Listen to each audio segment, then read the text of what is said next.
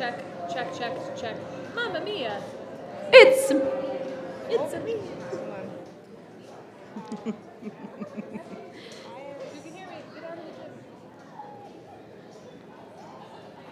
Oh, sorry. Switch.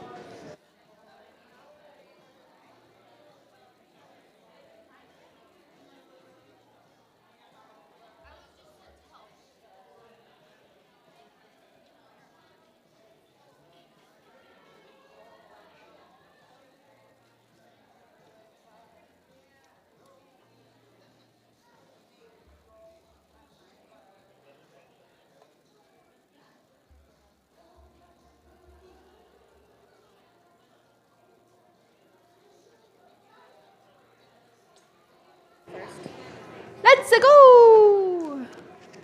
Good. Yep.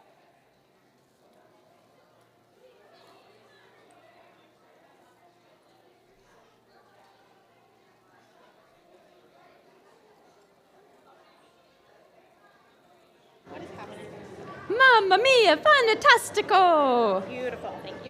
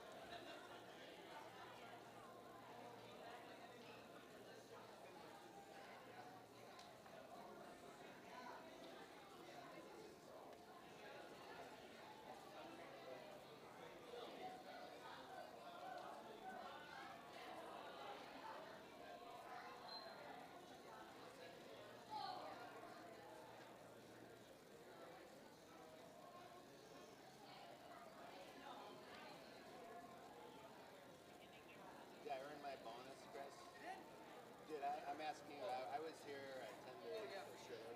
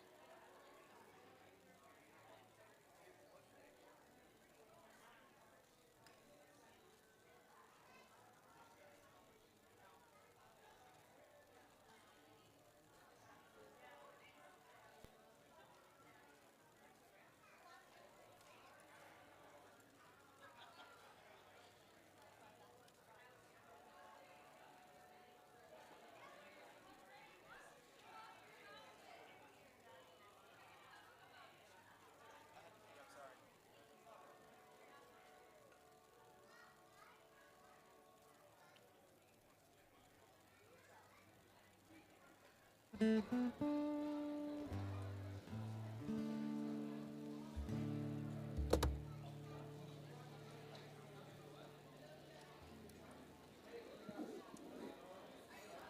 happy Easter, everybody. Good to see you this morning. We are, we're going to get rolling. We're going to sing together, have all kinds of interesting moments together this morning. And I'm glad you're here for it. And just know, you know, as Fabric, it's going to be weird, but hopefully in none of the ways that might make you queasy or anything like that. So anything is fair game. We just want you to be, all of you, all right here. So we're going to sing this one. This is one from Marcus Mumford, and this word gets thrown around, especially. I'd say today more than any other, and for me it's less about some cosmic payment of debt or some magical things happening, and more like, wow, life is really something, isn't it? and so I hope that you can let this wash over you, and if you feel like singing along, please do. This is called Grace.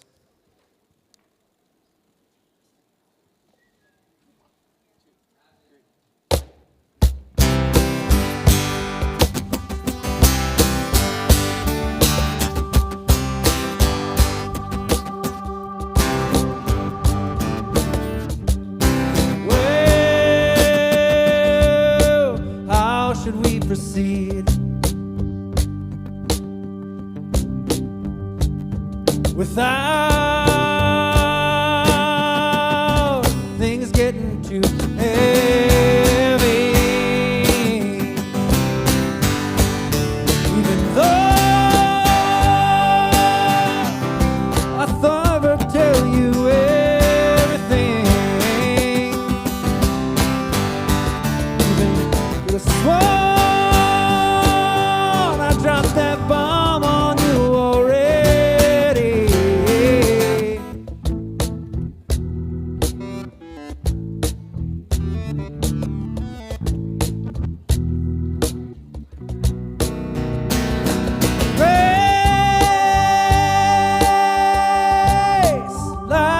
A river,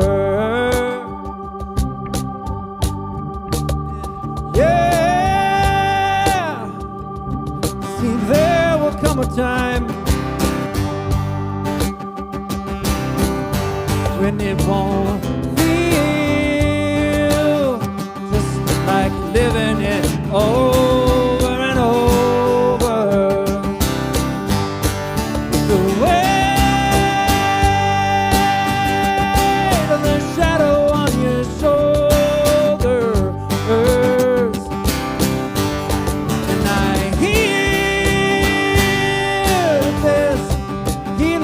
around this corner, it's all behind. It's all behind. All right, I sound like I'm lying.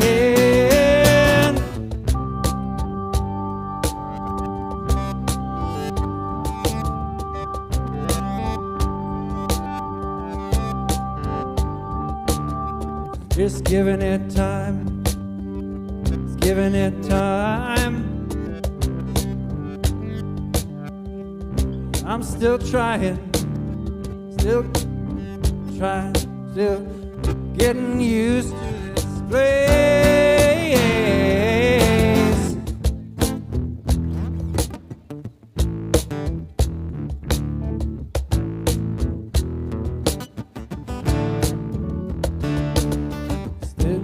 It's time, don't know, get used to this grace, like a river. Can you sing that line, please? Grace.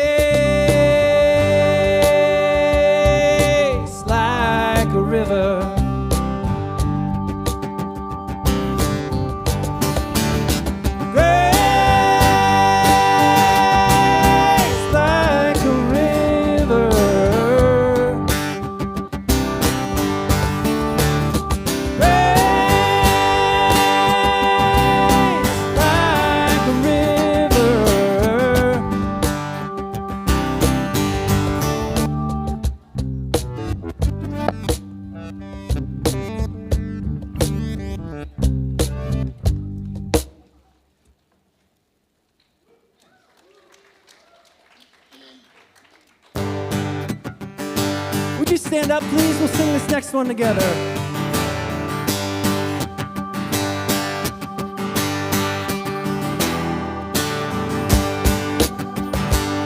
This is one about being together.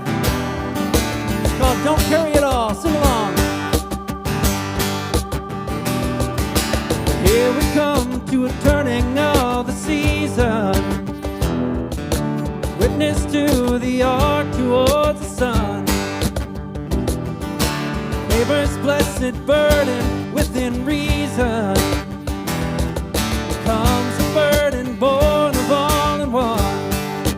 Nobody knows. Let the yoke fall from our shoulders. Don't carry it all, don't carry it all. We are all our hands and holders beneath this bold and brilliant sun. This I swear to all.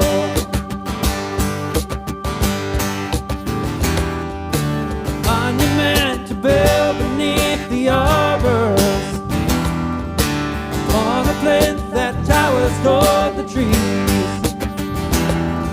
With every vessel pitching hard to starboard, lay its head on summer's freckled knees. Nobody knows. Let the yoke fall from our shoulders. Sing this out. Don't carry it all, don't carry it all. We are all our hands and holders with this bold and brilliant sun. This I swear to all. I swear to all.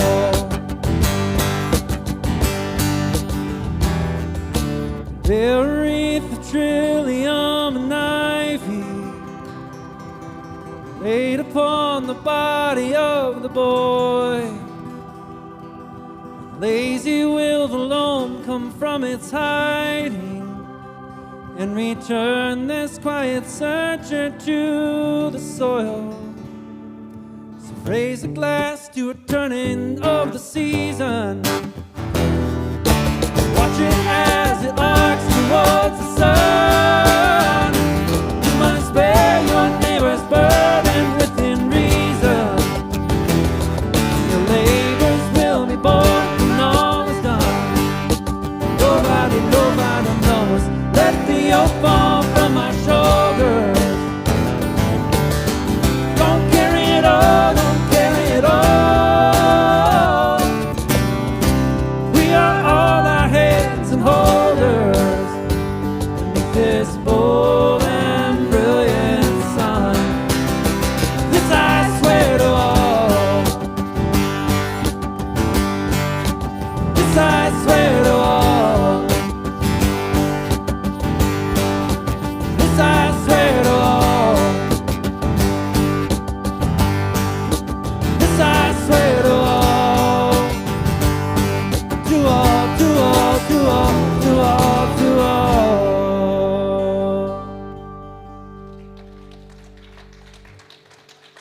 Yeah, would you please just take a seat?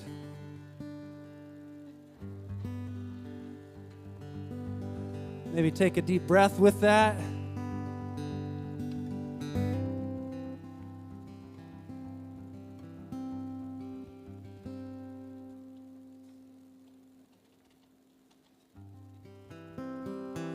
Well, on this day, it's Easter, right? Happy Easter. There have been many years in my life where Easter's felt like the least happy day, to be honest. And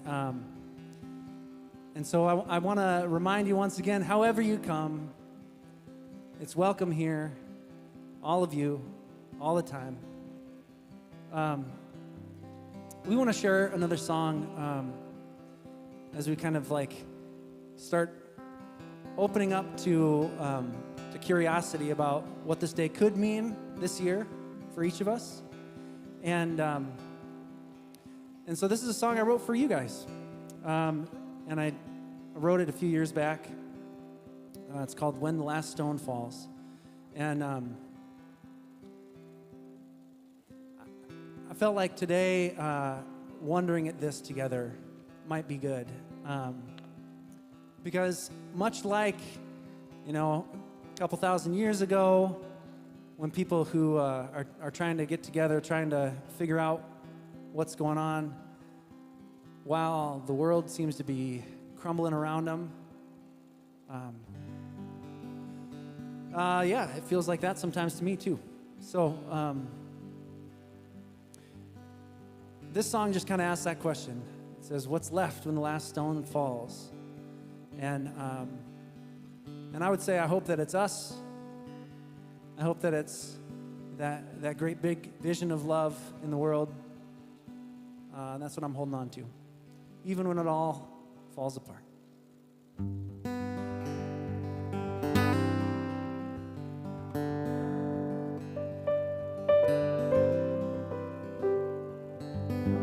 What's left when it all falls down? All you know is rubble on the ground. Oh, oh, oh.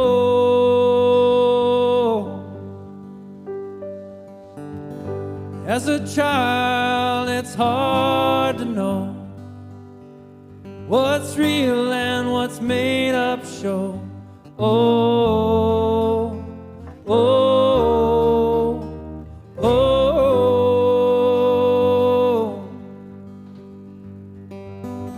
The pain of pushing out the fantasies is great. Some will learn it's not the only price you pay. Oh, oh, oh.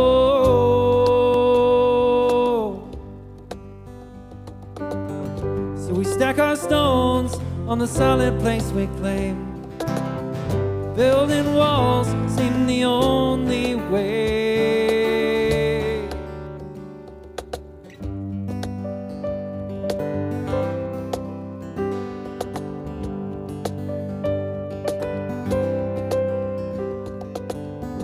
So we came with solemn face, earnest answers for dormant brains. Oh, oh, oh.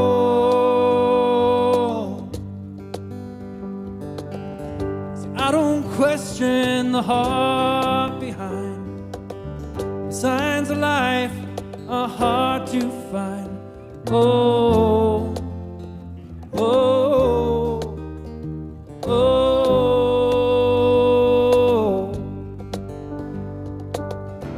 Stacked our stones on the solid place we claim. The cathedral for our fears is final as a grave. What's left when the last stone falls? Capitol steps and sanctuary walls, border towns and shopping malls. What's left? What's left when the last stone falls?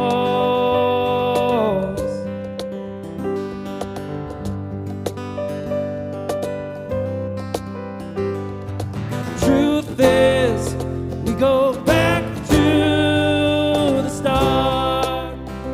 A wide open space, an untethered heart,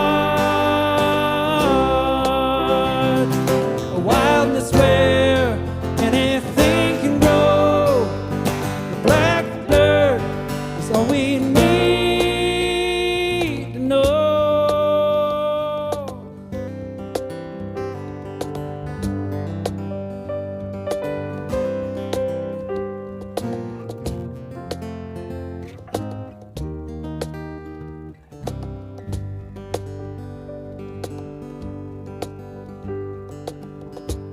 What's left when the last stone falls?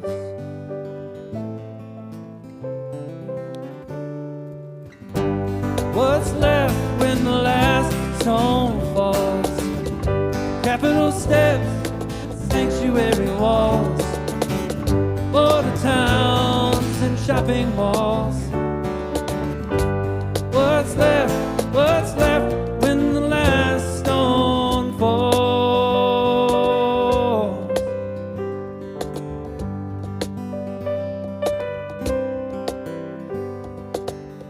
So with our walls on the solid space we claimed, falling down seems the only way.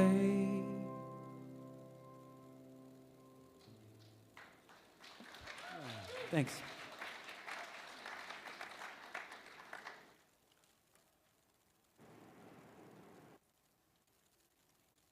Hey, it's Easter. Happy Easter, everyone. I am Jen Metz, a community member, mom, nurse by weekday, and superhero. I'm also part of the staff here. I love fostering connections and the space for our youngest kiddos in the nest. Someone also put me in charge of bossing around the volunteer crews who rotate through setting up this space every Sunday. Did anyone hunt for eggs this morning? Can't really see. Nobody? Oh, 1, 2. Okay, we got a few. Did anyone eat some bunny-shaped pancakes? Okay, there's a couple. What about just some of our really great pancakes from the pancake breakfast this morning? Yeah, there we go. Well, we have been up on and off since about 2:30ish this morning, so I feel like I've already had 2 days of Easter fun rolling. I'm loaded up on coffee and jelly beans, and aiming that this gathering will take the cake for the most eventful part of the morning, because boy, do we have something in store for you.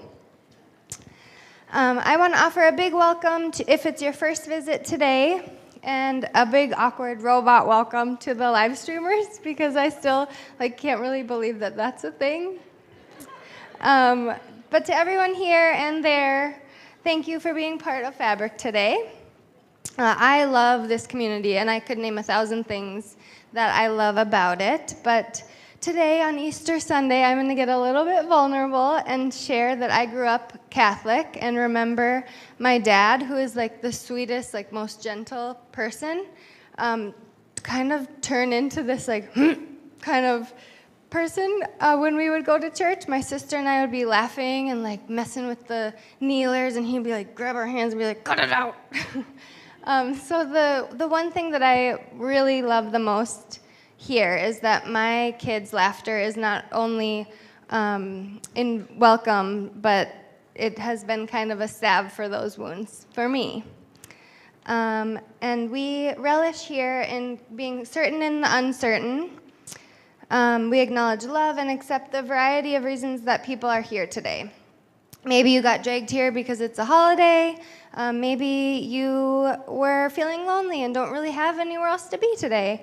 And maybe you have been a part of this community for a while and know that it's somewhere that you can connect and breathe and feel some positivity in a time when it's kind of hard. Whatever the reason and however you feel about being here today, it's totally valid and enough to have just shown up. We're glad you're joining us wherever and however you are. That being said, if I haven't made it clear, we are pretty casual around here, so please feel free at any time to get up. There's coffee over there. Bathrooms are down the hall and to the left.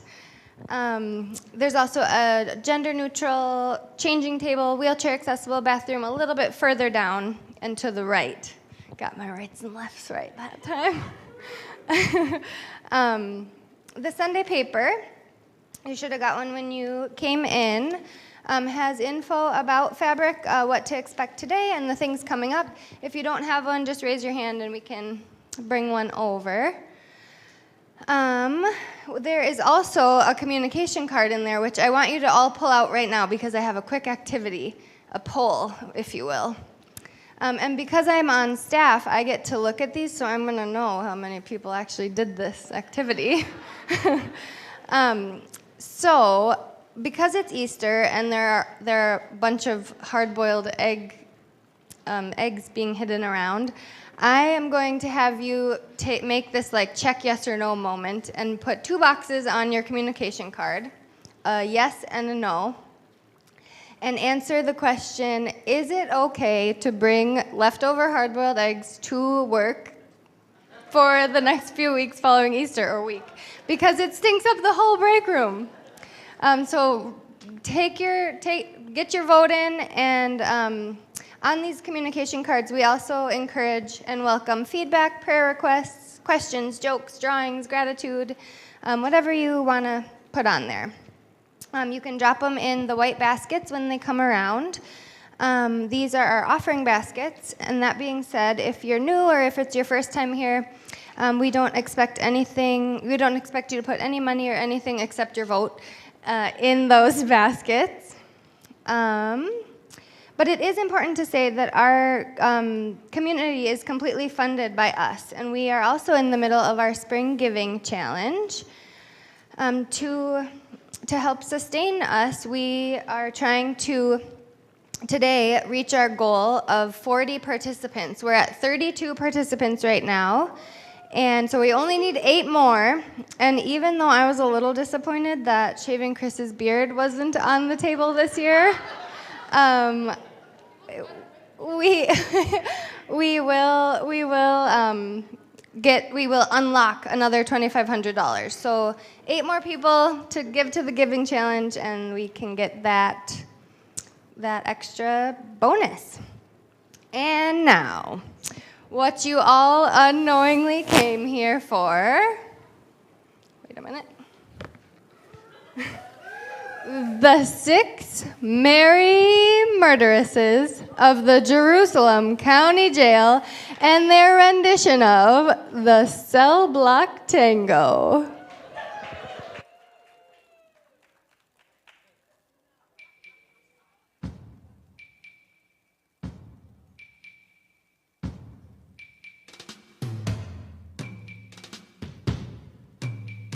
Rock.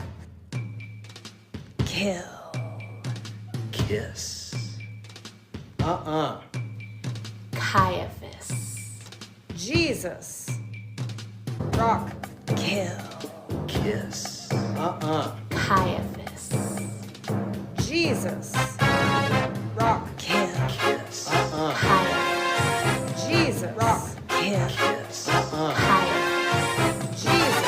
He had it coming. He had it coming. He only had himself to blame.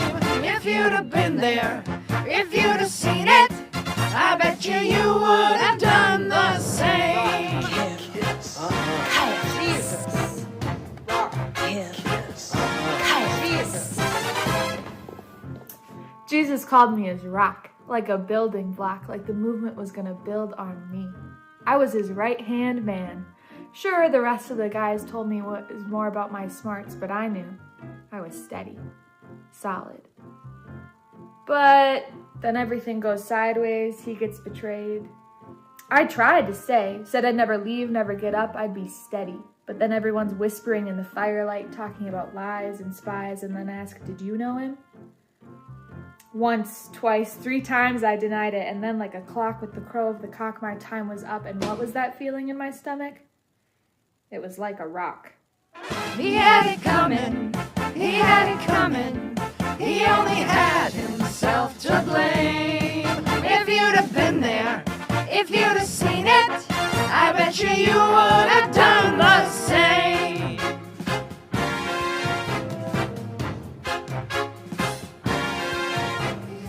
I was in Jerusalem when he came into town. It was the place to be. We had had enough of those rotten leaders. So I joined the crowds. We waved branches, we threw our coats on the ground, and we yelled, "Save us!" A week later, it was all different. He'd been arrested. Barabbas, he had actually killed someone. But our dreams of revolution are what had been killed. And we were ready for his blood to be what was shed, not ours again. So when that Roman asked, save or kill, I couldn't wait. I said, kill. He had it coming. Rock. Kill. He had it coming. Caiaphas. He only had Rock. Kiss. Caiaphas. If you'd have been there, Rock. if you'd have seen it, Kill. I bet you would have Kiss. done the same. Caiaphas. Jesus. All this talk of betrayal. Look, the kiss of death was on this thing from the start. If you ask me, it was Jesus who betrayed us. And all the hope for change had to kiss it all goodbye. And so I did. Gave the story a twist, talked to the temple guard and the muckety-mucks and said I'd do what they wished. We'd find a time when he left the crowd behind and I'd say, it's this guy, the one I kiss.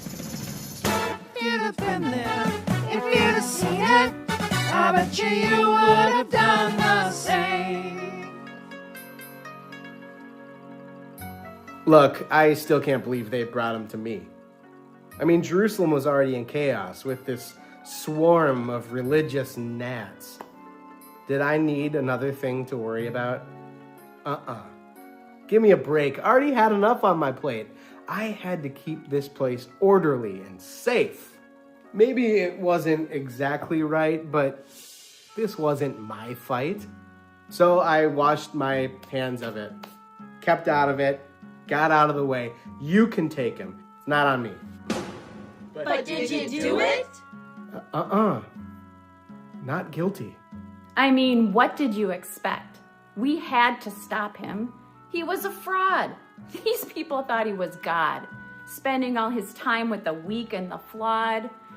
This Jesus was like a fire that would not go out. Caiaphas, what are you going to do about this? The Romans, the crowds, everyone getting loud. So you can forget his name. And who's really in charge, if anyone asks? It's Caiaphas. He had it coming, he had it coming, he had it coming all along. If you'd have been there, if you'd have seen it, how could you tell me that I was wrong? If you'd have been there, if you'd have seen it, how could you tell me that I was wrong? I loved this man, the one they called the Prince of Peace. He was a real charmer, sensitive, a storyteller, you know, the artistic type. You might say that we had met when I was feeling a little bit demonic. And he changed me, brought me from a real dark place, really. And it was me, not them, who stayed with him until the end. This guy spent all his time traveling around, meeting people, teaching them how to love bigger. His message was different than anything people had been used to hearing. And let me tell you, it upset lots of people, important people. You might say that they had some real artistic differences. He talked about life, and they wanted him dead. Jesus.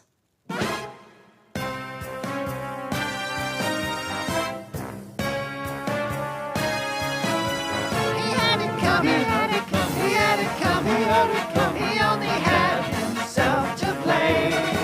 If you'd have been there, if you'd have seen it, I bet you would have done the same.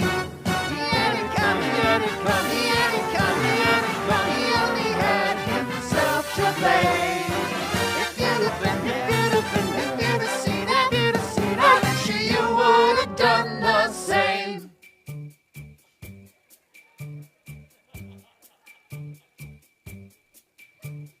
Rock.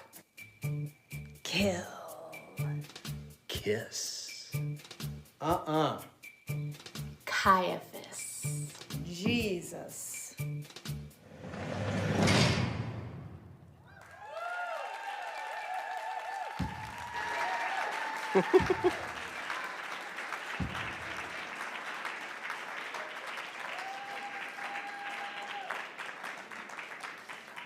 Turns out the staff works more than just an hour on Sundays. Still have not recovered from that high kick. Happy Easter, everybody. Hey. Kind of a fun way to introduce some of the main players, the main characters from Easter in that video. We've been toying with this song. He Had It Coming from Chicago throughout the last few weeks, kind of talking about the events leading up to the death, the execution of Jesus. And so before we really dive into the Easter of it all, thought I would just kind of acknowledge in the room that I would imagine that there are a lot of perspectives in this room. A lot of histories, a lot of questions, a diversity of curiosity and belief and whatnot around Easter. And so no matter what your perspective is, I hope you hear this in a number of different ways today. But no matter what your perspective is, no matter how you found yourself here, I'm glad you're here. Glad you made it here. And my intention this morning is to be sensitive to the diversity of belief and the diversity of experiences in the room, but not be passive to your curiosity and your growth or your healing and your participation in the shared life. And so we are going to dive into this a little bit. We're shifting a little bit from he had it coming, kind of the events leading up to his death, into kind of a we have it coming kind of thing. And so today really isn't, when we're talking Easter, today there are a lot of places that you could go today to hear like a case for proving the bodily resurrection of a person after they've died. We're really not going to do that today so much, but because what I want to leave room for is some curiosity around what does it mean, what does it look like, what does it feel like for a life, a vision, a movement to keep going, to live again, to grow when we thought we were a goner. Like how could we think about resurrection in today's terms, in our actual lives, right? And so let's do a little recap of the story leading up to this point. It's been an incredible week of politically and religiously charged theatrics and hope dashed and grief. So we started, for us, we started 2 weeks ago talking about Palm Sunday and this kind of protest march, this theatrical event that Jesus, kind of a theatrical stunt that Jesus pulls off. People were longing for power over victory. And then we moved to this picture here, where Jesus got to Jerusalem and everyone thought he was going to like stage a coup and take over and that sort of thing. And instead, what he did was he like started teaching and doubling down on his kind of vision for love in the world, and that included like making the wrong enemies, like flipping the tables in the temple and causing a scene. And then we moved to the events of what's called Maundy Thursday. So he's sharing a meal with his closest people and feet washing. He washed their feet and kind of turned upside down these ideas of power and service, and he doubled down on this vision for sort of gentle, tangible love, a vision for love rather than dominance.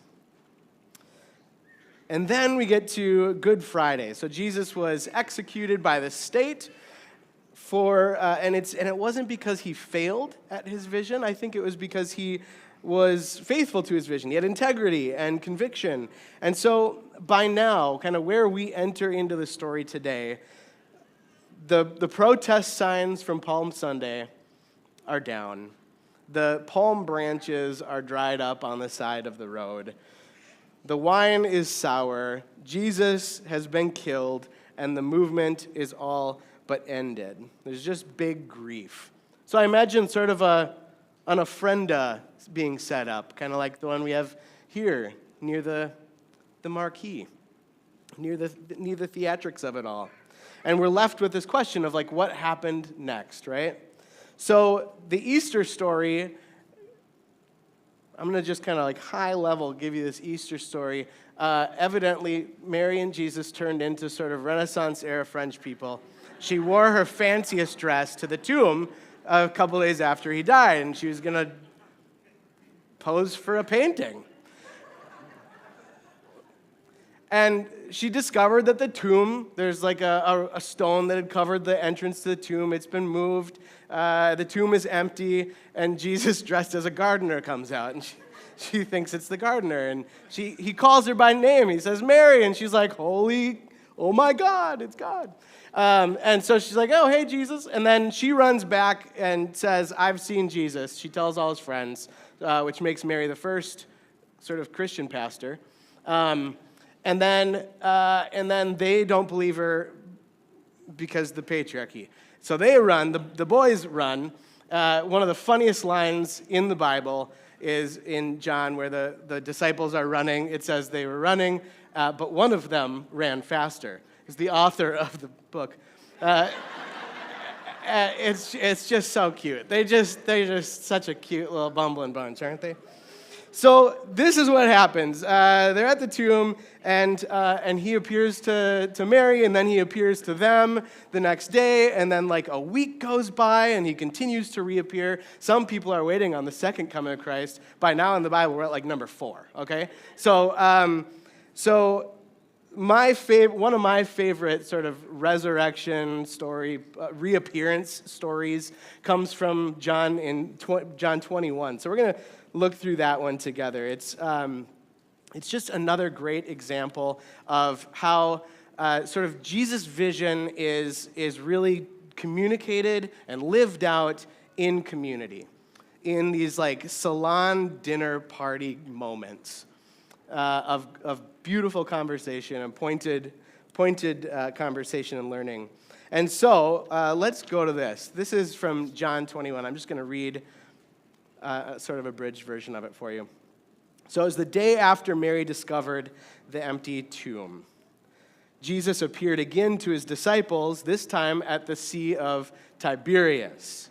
And this is how it happened. Simon Peter, along with Thomas and 4 other disciples, they were all together, kind of trying to figure out what life is going to be like now. And Simon Peter told them, I guess I'm going fishing. And they said, we'll go with you. And so they went to the sea. They got in, which is really kind of a big lake. And they set out in a boat, and throughout the night, so they went at nighttime and they fished all night. And throughout the night, they didn't catch a single thing. And early in the morning, when the sun was just starting to peek up, they saw Jesus standing on the shore, but they didn't realize it was Jesus. Maybe he was back in his gardening outfit. Jesus called out to them from the shore, hey, have you caught anything to eat? They answered him, no. He said, cast your net on the other side of the boat, and you'll find some. And so they did. And there were so many fish that they caught that they couldn't haul in the net. And then the disciple whom Jesus loved, I presume the author of this story, said to Peter, it's the Lord. When Simon Peter heard it was the Lord, he wrapped his coat around himself and he jumped into the water. Reasonable. The other disciples followed in the boat, dragging the net full of fish, for they weren't far from the shore, only about 100 yards. When they landed on the shore, they saw that Jesus had made a fire there and put fish on it and some bread. And Jesus said to them, bring some of the fish that you just caught. Simon Peter got up and pulled the net to shore. It was full of large fish, 153 of them. Why that detail? Yet the net hadn't torn, even with so many fish. Jesus said to them, come, have breakfast. Jesus took the bread and he gave it to them, and he did the same with the fish. This was now the 3rd time that Jesus had appeared to his disciples after he was raised from the dead. I love this story. Like, you think of these reappearances, and they're these big moments, and like, oh my gosh. But like, this one is just Jesus having breakfast on the shore, making food, saying, hey, you hungry? And I think that is just my favorite little vision of Jesus, is feeding people. It's no flashy miracle. It's just relationship. It's just restoration. It's purpose.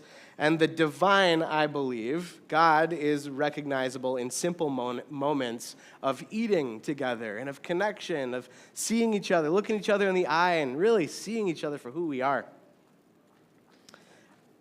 So at this Easter, kind of no matter what you believe, whether Jesus was physically, like he died and then he came back to life,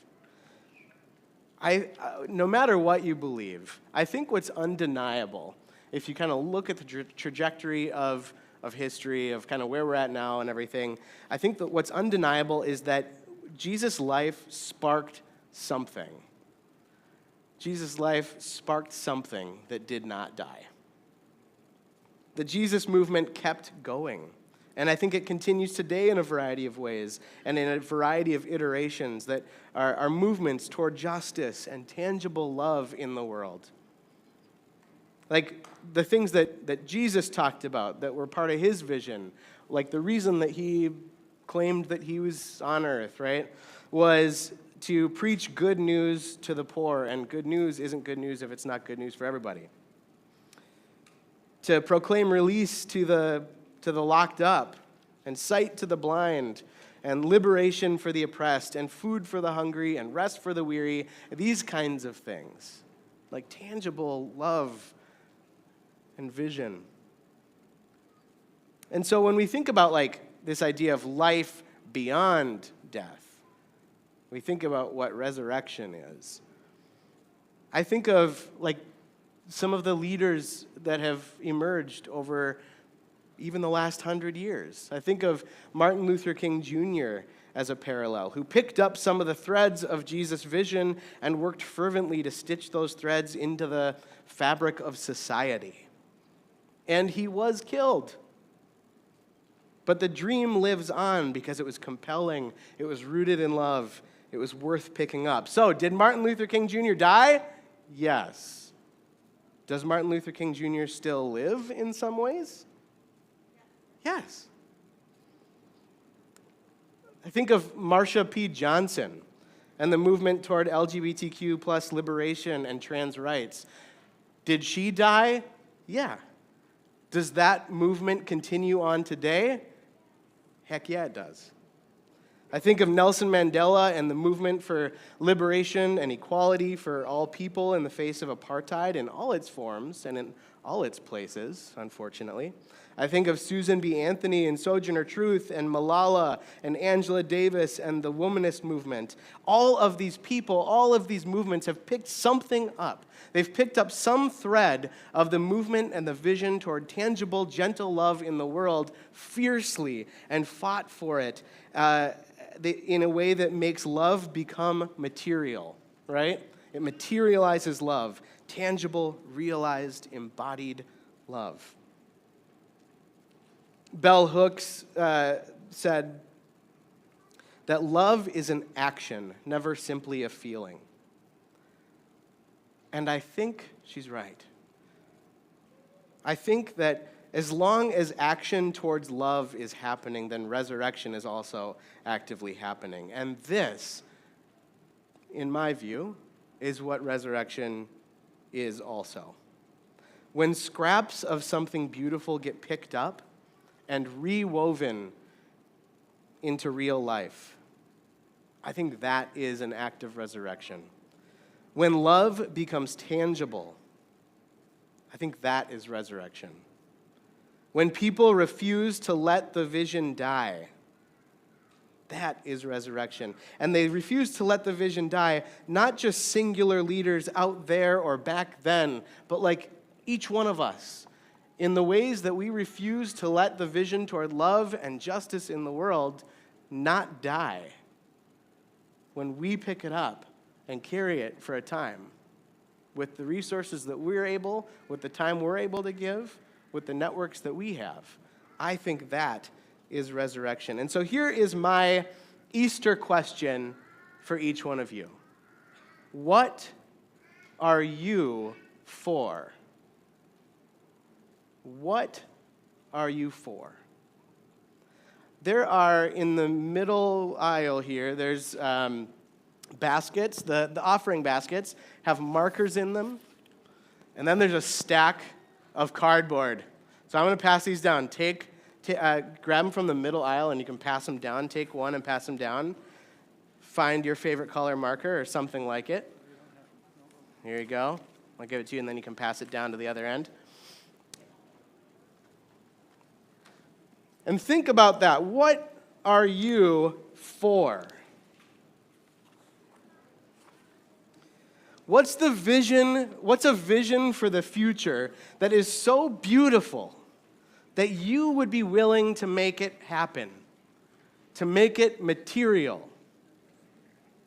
And so you're going to take your piece of cardboard. I'm going to invite you to take your piece of cardboard and take a marker.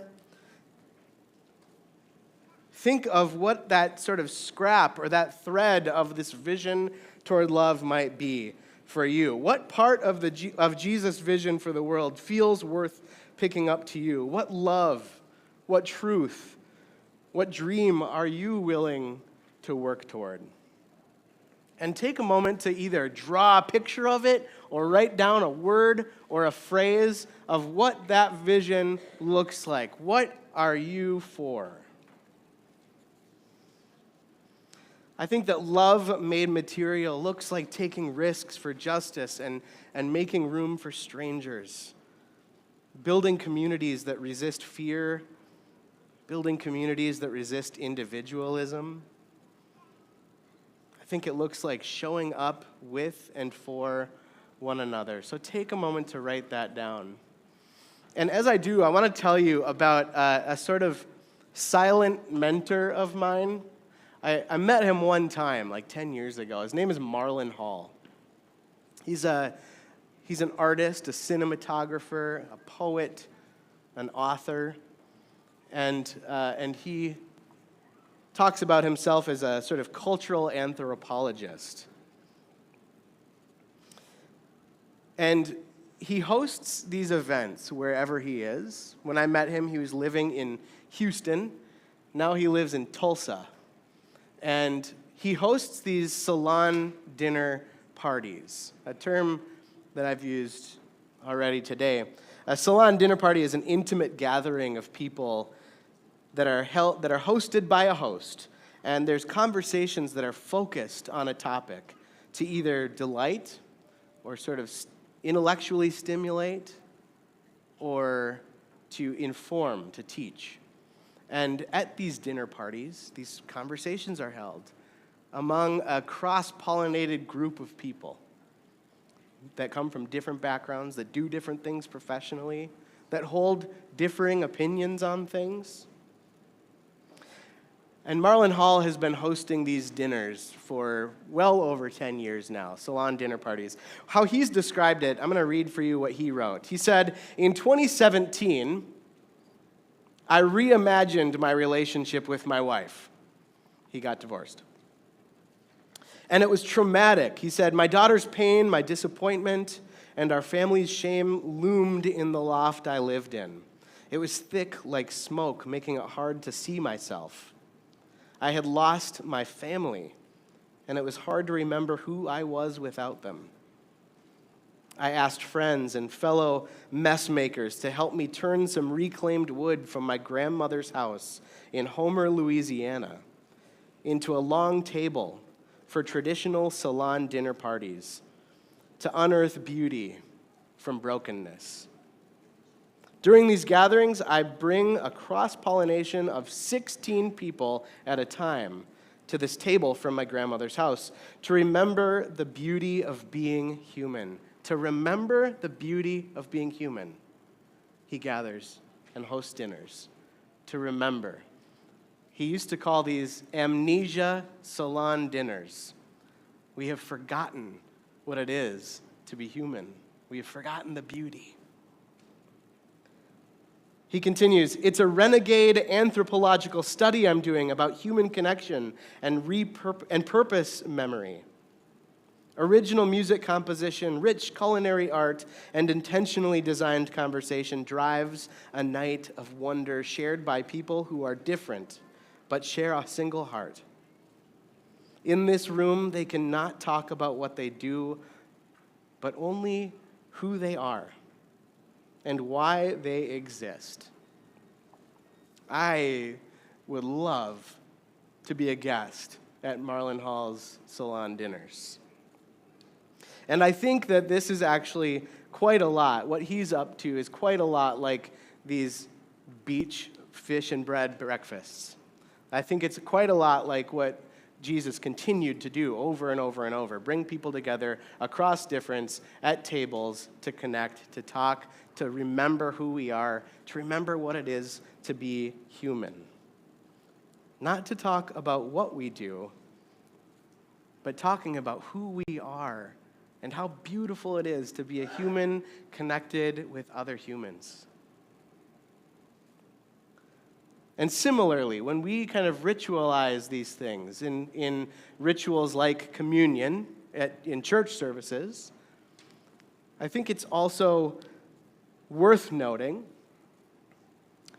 that that's a little bit what we're up to too.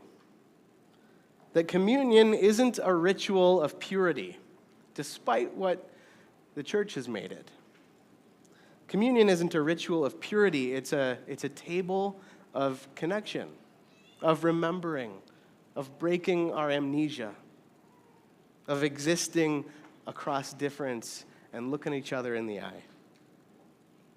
And relational connection, that kind of connecting we do over food and drink, with laughter, with difference, through tears, through grief, with hope, all of these things. Human connection is, in my view, a fundamental human right. And so the time of communion that we're about to hold is for each one of us, because connection is a human right. So in a moment, what I'm going to do is invite you to come up with your cardboard sign. You can leave your marker at your chair. We'll collect those in a little while. But what you're going to do is come up here. We have clothespins kind of all over up here. And clip your sign up here, around the marquee, around the ofrenda. If there's not enough clips, then we'll just start stacking them along the ofrenda and on the ground, and we'll spread it out wherever it needs to go. But once you have clipped your sign, then I'm going to invite you to come to one of these first tables that have bread that's been pre-cut a little bit. You're going to have to rip a hunk off. And there's some other options too for gluten-free options. And then continue out to the tables where there is wine and grape juice poured in little cups. I didn't pour them, so I should get clarity on this. Is the grape juice the white stuff? Confirmed. Grape juice is the light-colored stuff, so kiddos especially make note that if it looks like dark grape juice, it's not. And so come on up. But then once you've gotten some bread, once you've gotten wine or juice, I want you to take a look and be in conversation together. What makes you tick? What did you put up here? What are you noticing? Look at the diversity of visions for the future that this room, just in this room, holds. That each person in here feels maybe a little motivated to help create. Okay?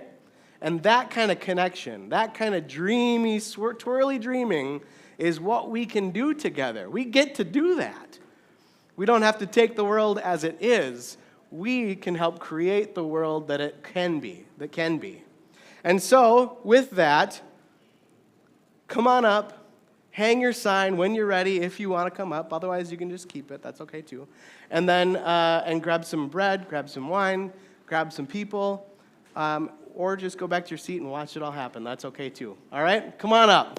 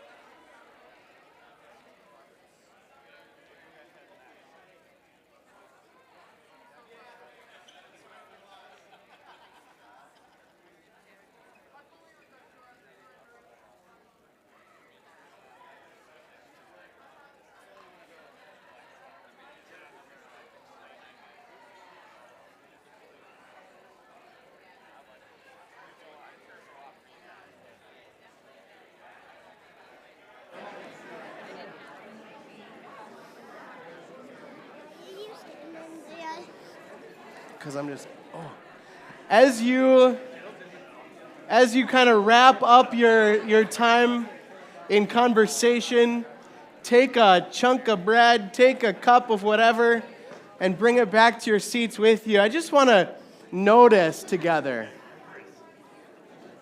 Do you want that? I just want to notice together the many and beautiful varied visions up here on our very own resurrection wall.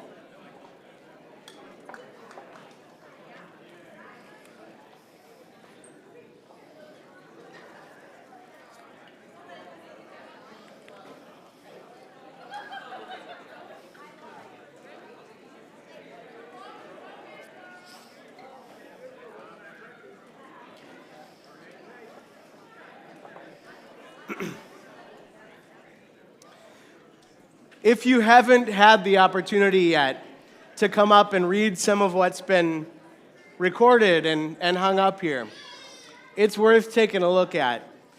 So whether throughout the end of this gathering or immediately after, come take a peek, because it's a beautiful vision. It's much better than what any one of us could have come up with on our own, is what's up here collectively. And so no matter where you're at religiously, sort of with your own theology, cosmology, belief, whatever, I hope that today you hear this clearly, that you are invited to be a part of what is rising up among people right now. Easter is for you, for me, for all of us, for all the reasons that Jesus had it coming. We too get to pick it up and give this kind of vision life within our communities. We get to grab a hold of this vision for the world and make sure that we have it coming too. And so may the scraps of that vision become signs. And may the signs become action. And may love take root in you and rise again in our world.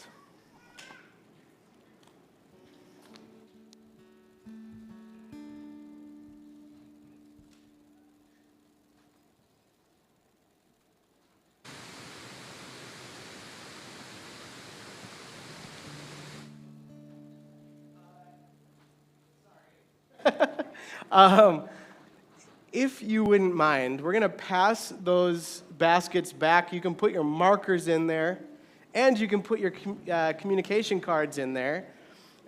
This is kind of the moment for offering. If you're new around here, we, of course, don't expect that you would give or contribute financially, but we thank you for your generosity, for all of you who are giving, either auto-giving or in one-time gifts like this. And we thank you for your presence here. It is a better thing, a better experience for all of us when we're all here. So thanks for being here. We can pass those, and we're going to have a little music.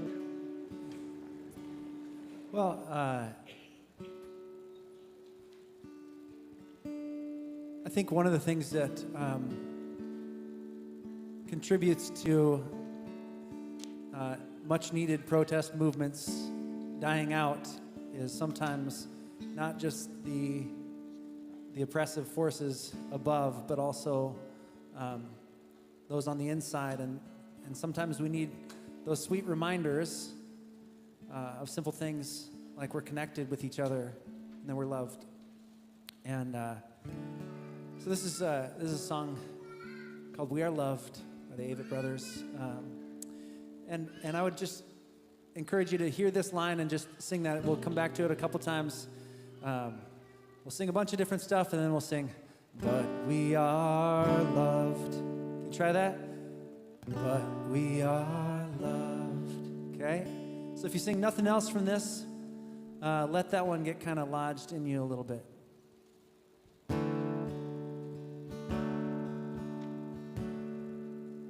Whether we speak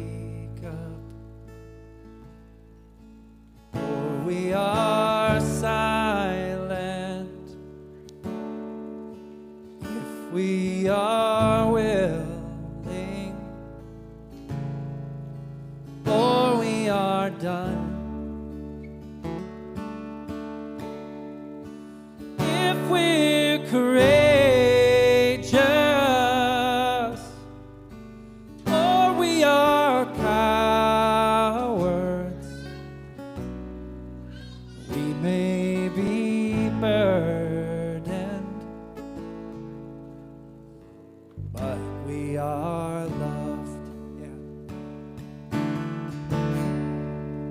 whether we stay true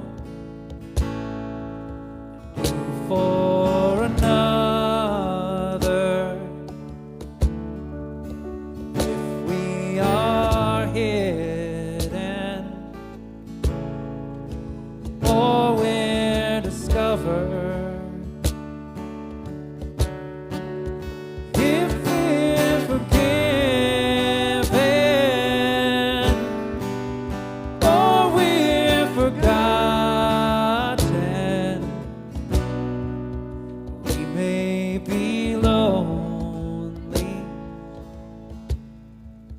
but we are loved. Every stitch and seam, every wish and dream, even in tragedy, there lies divinity. Even as hope seems lost, it may be found again. I have found alone, but I have never been. If you are standing, cannot stop moving, whether you're haunted or cannot remember, over the gravestone,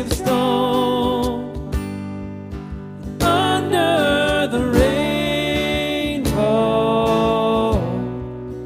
pain comes and pain goes, and we are loved. Every stitch and seam, every wish and dream, even in tragedy, there lies divinity. Even as hope seems lost, it may be found again. I have felt alone, but I have never been.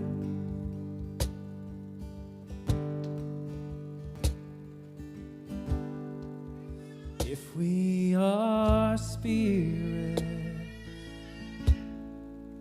or we are human,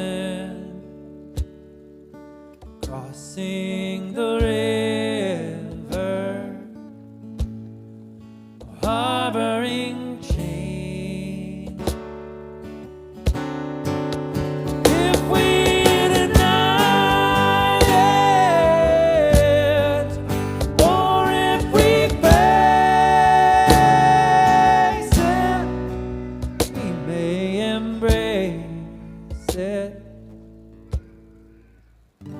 We are loved.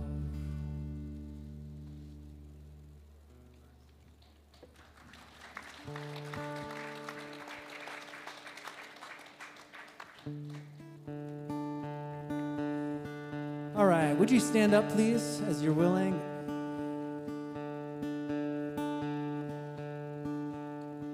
How fickle my heart and how woozy my eyes. I struggle to find any truth in your lies.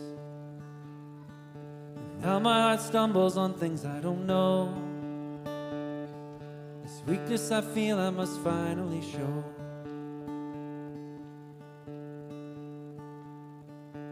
Lend me your hand and we'll conquer them all. Lend me your heart and I'll just let you fall. Lend me your eyes, I can change what you see. But your soul you must keep totally free. Our heart, our heart, our heart, our heart. Awake, my soul. Awake, my soul.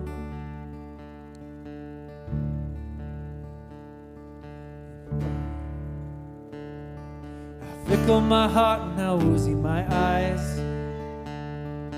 Struggle to find any truth in your lies. And now my heart stumbles on things I don't know. This weakness I feel I must finally show. Our heart, our heart, our heart, our heart. In these bodies we will live, in these bodies we will die. Where you invest your love, you invest your life. In these bodies we will live, in these bodies we will die. Where you invest your love, you invest your life.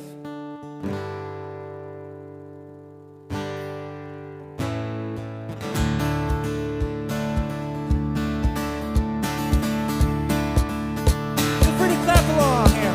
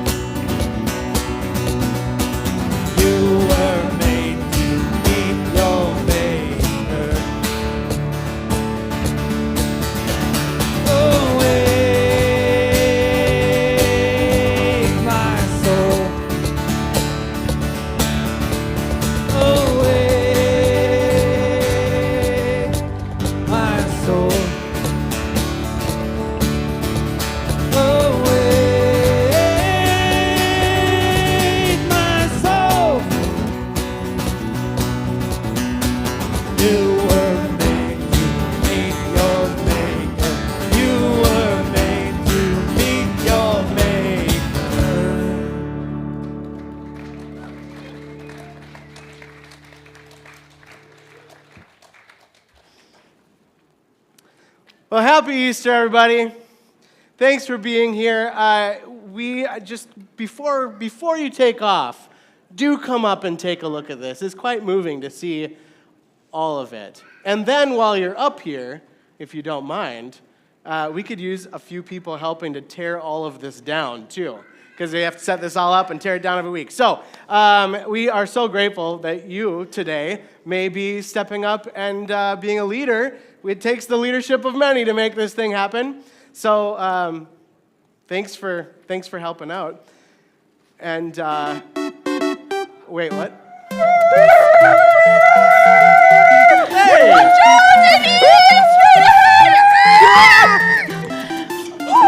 Mamma mia! All right. That was a close one. Woo! Woo! Excuse me. What are you doing? Seriously? I mean, it's a me, Mario. And I'm his brother, Luigi. Yeah, well, I know who you are, but I'm wondering, why are you interrupting the sending of the gathering? We've been here long enough. We're not interrupting, are we? Well, just a little bit. Look. Oh, well, we did hear our theme music, and then we know that it's Mario time! But since you're all here, we do have something to tell you all. We do? We do. Yes, we do. Starting next week, Fabric Kids are invited to a very special series just for kids called Level Up. Yes! Level up! It's all about unlocking the leader in you! Wait, we were just talking about leadership. Yeah. Kids are going to have a big morning filled with singing and dancing and learning and fun and games and... We'll get to hear all about how different ways people in the Bible unlocked their leadership skills, and we'll head out into the Mario Kart circuits for lots of fun and games with our friends. Ooh, and each week, kids are going to get a leadership challenge that they can practice throughout the week. Right, leadership. We were just talking about leadership. So, right? next week, Fabric Kids will get to meet their racing team and play a few games to get warmed up for Level Up.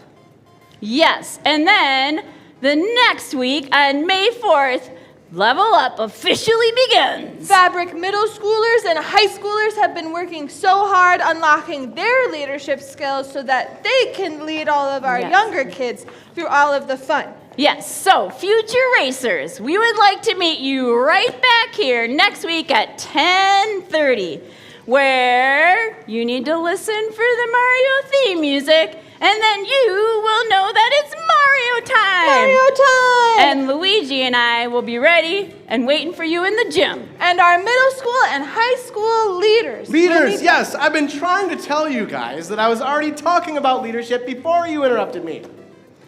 Oh. Why didn't you say something? Yeah. Well, I mean, Ian, maybe you should come to Level Up, because you can learn to be a leader too. Unlock the leader in you. That's a great idea, Mario. In fact, all of our Fabric Kid friends should invite their friends to Level Up. Whoa, mamma mia, fantastico! Okay, Ian, you can have your gathering back now. Okay. Yeah, come on, brother. Ready? Here we go. See you next week. Bye-bye! Let's go! Woo! Mario, Luigi, always good to see you. We'll look forward to seeing you over the next 6 weeks. Bye. And with that, happy Easter. Thanks for being here. Have a great week. We'll see you next week as we begin our next series, The Sandbox. Learn more about that later.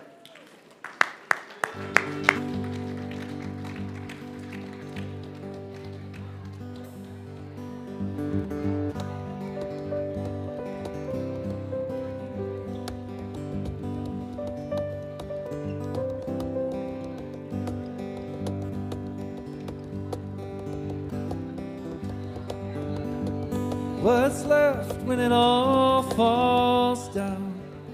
All you know is rubble on the ground. Oh, oh, oh. As a child, it's hard to know what's real and what's made up show. Oh, oh, oh.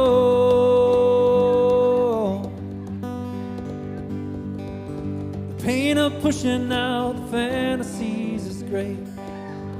Some will learn it's not the only price to pay. Oh, oh, oh. So we stack our stones on the solid place we claim. Building walls seem the only way.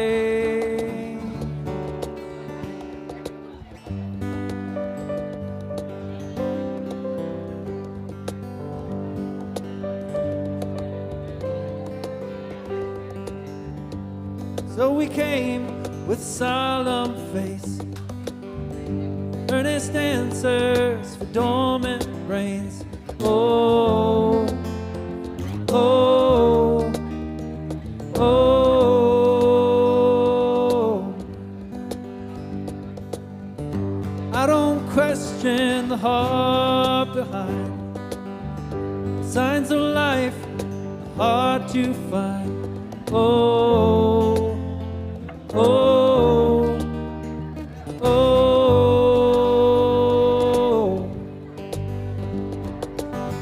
We stacked our stones on the solid place we claim. Cathedral for our fears, final as a grave. What's left when the last stone falls?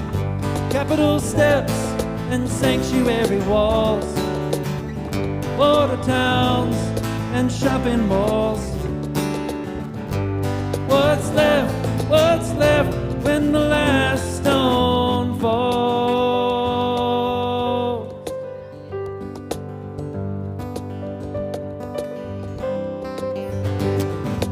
Truth is, we go back to the start, a wide open space, an untethered heart,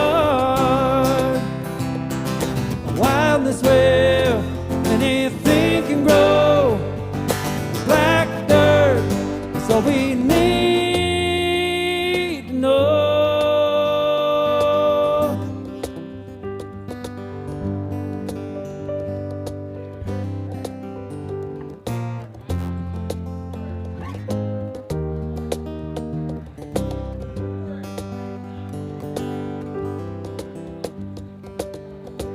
What's left when the last stone falls?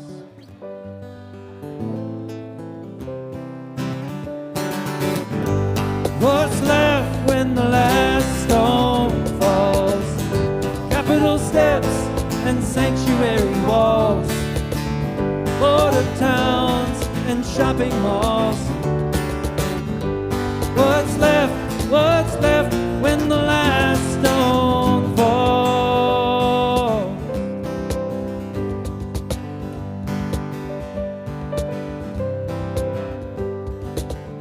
So with our walls on the solid place we claim, falling down seems the only way.